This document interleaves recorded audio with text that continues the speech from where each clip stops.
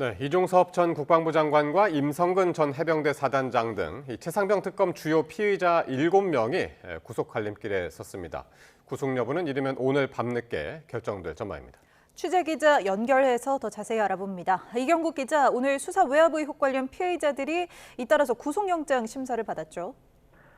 맞습니다. 오늘 이종섭 전 국방부 장관과 유재은 전 법무관리관, 김동혁 전 검찰단장, 그리고 박진희 전 군사보좌관, 김계환 전 해병대 사령관까지 구속영장 심사를 받았습니다.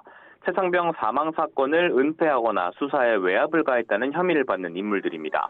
의혹의 핵심 인물인 이종섭 전 장관 심사에 출석하면서 혐의를 부인한다고 말했고요. 나올 때는 법정에서 충분히 설명했다는 말만 남겼습니다. 이 전 장관 퇴장 장면 보고 오겠습니다. 심사 과정에서 충분히 소명하셨나요? 예. 6개 혐의 모두 인정 안 하시는 겁니까, 여전히? 그리고 이첩 보류가 아직도 적법한 권한이라고 생각하십니까? 법정에서 충분히 설명드렸습니다. 네, 이종섭 전 장관 영장 심사가 가장 먼저 진행돼서 약 2시간 20분 만에 끝났고요. 뒤이어 다른 피의자들도 잇따라 영장 심사를 받았습니다.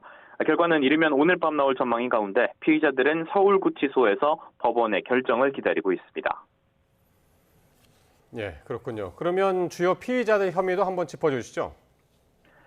네, 먼저 이종섭 전 장관을 비롯한 5명에게는 최상병 사건 수사 외압 의혹과 관련해서 공통적으로 직권남용 권리행사방해 혐의가 적용됐습니다. 이 전 장관은 초동 수사 결과를 결재했다가 윤석열 전 대통령 전화를 받고 이첩 보류 등의 지시를 내린 것으로 의심받고 있습니다. 이 전 장관은 오늘 심사 과정에서 이첩 보류와 기록 회수 등의 지시가 직권남용에 해당하지 않는다면서 혐의를 부인한 것으로 전해졌습니다. 김동혁 전 단장과 박진희 전 보좌관 그리고 유재은 전 법무관리관은 초동 수사 기록 회수에 관여한 것으로 조사가 됐습니다. 특검은 김계환 전 사령관의 경우에는 박정훈 해병대 수사단장에게 윤 전 대통령 경로 사실을 전달했고 이와 관련해 허위로 재판과 국회에서 증언했다고 판단했습니다.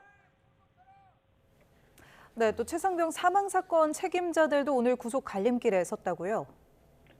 맞습니다. 업무상 과실치사상 혐의를 받는 임성근 전 사단장 그리고 최진규 전 대대장도 오늘 구속영장 심사를 받았습니다.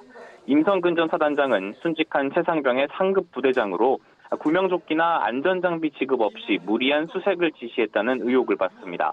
또 작전 통제권이 당시 육군으로 넘어갔는데도 임의로 구체적인 수색 지시를 내려서 군형법상 명령을 위반했다는 혐의도 적용이 됐습니다.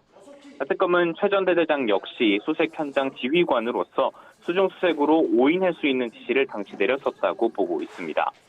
이처럼 수사 외압 의혹과 최상병 사망 사건까지 특검이 수사해온 주요 사건 피의자들이 한꺼번에 구속 갈림길에 섰습니다.